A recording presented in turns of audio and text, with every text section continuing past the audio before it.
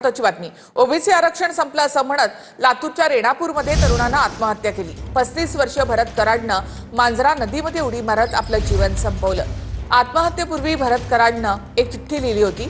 मंत्री छगन भुजबळ यांनी कराडच्या कुटुंबियांची भेट घेतली आणि त्यांचं सांत्वन केलं. दरम्यान ओबीसी मधला पहिला शहीद झालाय.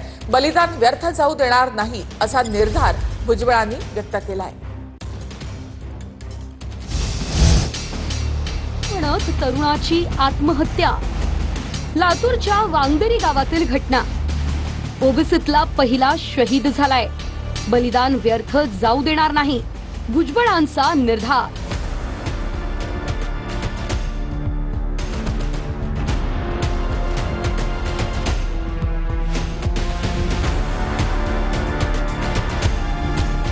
लातूरच्या रेणापूर तालुक्यातल्या वांगदरीमध्ये ओबीसी आरक्षण संपलं म्हणत एका तरुणानं मांजरा नदीत उडी मारून आत्महत्या केली आहे.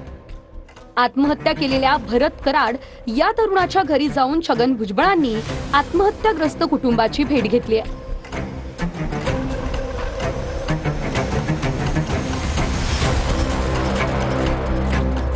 मंत्री छगन भुजबळ येवल्याचा नियोजित दौरा अचानक रद्द करून भरत कराडच्या कुटुंबाला भेटले. आत्महत्या केलेल्या तरुणानं चिठ्ठी लिहिल्याचा दावा केला जातोय. आत्महत्या केलेल्या भरत कराडच्या चिठ्ठीत नेमकं काय आहे पाहूया. मी भरत महादेव कराड. आताच महाराष्ट्र सरकारनं मराठा समाजाला हैदराबाद गॅझेट लागू केल्यामुळे ओबीसींचं कायमस्वरूपी आरक्षण संपवलंय. मी वेळोवेळी ओबीसी आरक्षणाबाबत आंदोलनात सहभाग घेतला होता. तरीही सरकारनं ओबीसी समाजाचा घात करून ओबीसी विरोधी जी.आर. काढल्यामुळे मी माझं जीवन कायमस्वरूपी संपवत आहे.